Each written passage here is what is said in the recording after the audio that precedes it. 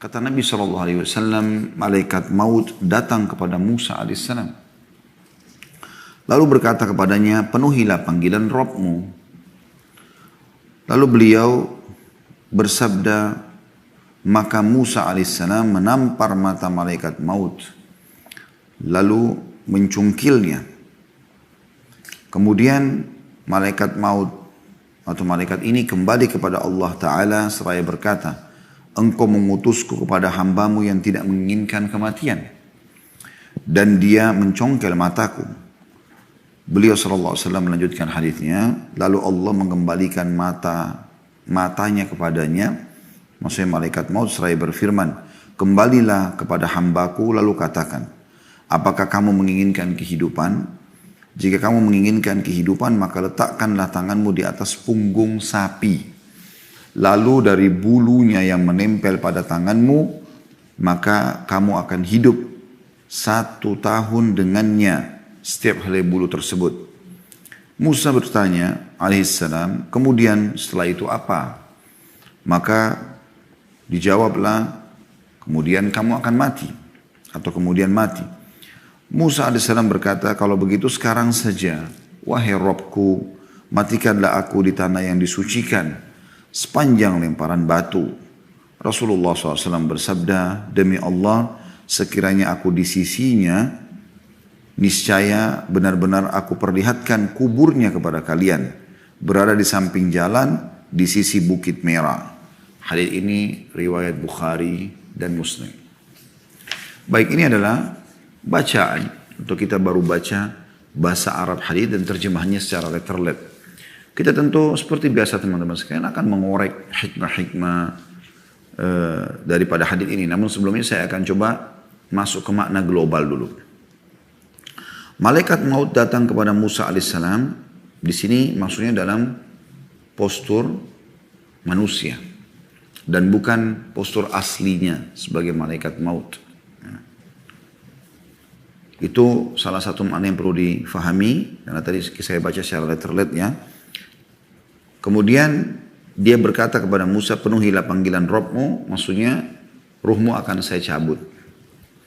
Maka Musa pun sempat marah dan menampar bagian mata malaikat maut sehingga matanya tercungkil. Nah, di sini mungkin terjemahan yang lebih tepat bukan mencungkilnya ya, tapi menampar bagian mata sampai matanya keluar ya.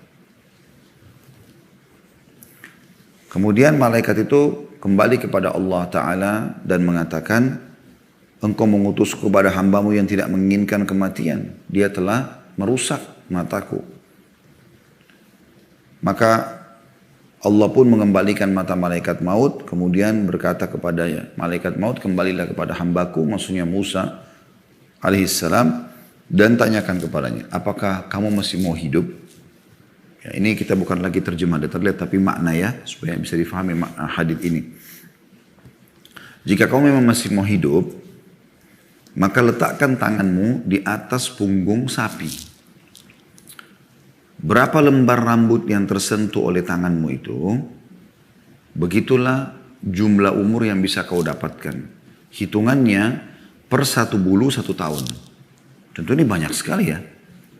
Karena kalau diletakkan tangan di atas punggung seekor sapi, misalnya telapak tangan orang dewasa, itu sangat banyak bulu yang tersentuh. Gitu kan. Allah Subhanahu Wa Taala menawarkan, kalau dia mau, boleh dia hidup sejumlah bulu itu. Misal, yang tersentuh adalah 100 lembar bulu, berarti dia punya 100 tahun umur ke depan. 1000 lembar berarti 1000 tahun ke depan. 2000 berarti 2000 tahun. Ya. Namun Allah Subhanahu Wa Taala mengilhamkan di hati Musa alaihissalam dan Musa bertanya. Musa alaihissalam pertama sudah terima itu. Penawaran yang sangat luar biasa. Mau mati tapi dipanjangkan umurnya. Gitu kan. Dan dia pun diberikan umur yang sangat luar biasa panjangnya. Gitu. Maka Musa alaihissalam bertanya kembali. Setelah itu, setelah saya diberikan umur tambahan nanti, apakah saya juga akan mati? Kata malaikat menjawab dari Allah Subhanahu Wa Taala, iya. Maka dia pun mengatakan, kalau begitu, wahai Tuhanku, dia berdoa kepada Allah Subhanahu Wa Taala, matikanlah aku sekarang. Hanya saja aku minta agar aku dikuburkan di dekat Baitul Maqdis di Palestina. Dekat Baitul Maqdis di Palestina. Masjid Aqsa, ya. Ukuran lemparan batu. Jadi sejauh apa batu bisa dilemparin dari Baitul Maqdis, maka disitulah aku diwafatkan dan minta untuk dikuburkan. Maka Allah Subhanahu wa taala pun mengabulkan permintaannya. Lalu kemudian Nabi Muhammad SAW menutup hadis sambil mengatakan, demi Allah, kalau seandainya saya pas ada di sana, di Baitul Maqdis, saya akan tunjukkan kepada kalian kuburannya Musa. Berada di pinggir jalan, ya, di atas tanah yang berwarna merah. Ini makna hadis. Saya berharap teman-teman sekalian yang mengikuti acara kita ini, insya Allah, baik yang live ataupun setelahnya, sudah bisa memahami makna global hadis. Tadi kan kita baru membaca secara letter-letter. Baik. Sekarang teman-teman kita lebih dalam untuk mempelajari hadis ini dan insya Allah mengambil hikmah-hikmah, pelajaran-pelajaran, mutiara-mutiara yang sangat mahal. Yang pertama, bahwasanya semua jiwa pasti akan mati. Tidak terkecuali. Termasuk para nabi-nabi. Karena Allah Subhanahu wa taala menjelaskan dalam Al-Qur'an, a'udzubillahi minasyaitonir rajim, kullu nafsin dha'iqatul maut. Semua jiwa pasti akan meninggal. Bahkan manusia terbaik pun, yaitu Nabi Muhammad SAW, meninggal dunia. Dan kisahnya sudah sangat masyhur di tengah-tengah umat Islam. Beliau meninggal dan sampai hari ini kuburannya pun masih bisa diziarahi oleh umatnya. Bahkan disunnahkan kita untuk menziarahi kuburan beliau, mengucapkan salam kepada beliau SAW. Berarti semua orang akan meninggal. Semua orang akan menemui ajalnya dan akan dieksekusi oleh malaikat maut. Hanya saja teman-teman sekalian, kita akan bicara di mutiara yang pertama ini tentang masalah kepastiannya mati, insya Allah dengan dalil-dalilnya. Setelah itu kita akan kembali untuk ke mutiara yang kedua, yang ketiga dan seterusnya. Seperti biasa tentunya. Maka saya akan coba teman-teman sekalian, biidznillah, coba mengangkat bahasan khusus dulu tentang masalah kematian.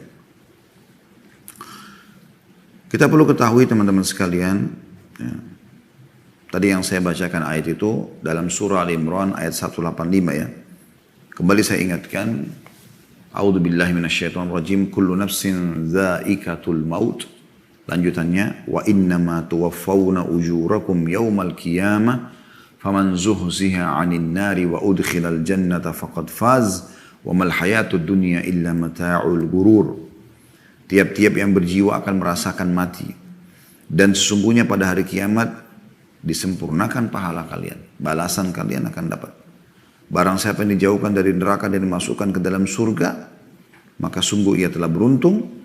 Ketahuilah, kata Allah Subhanahu wa taala, kehidupan dunia itu tidak lain hanyalah kesenangan yang memberdayakan.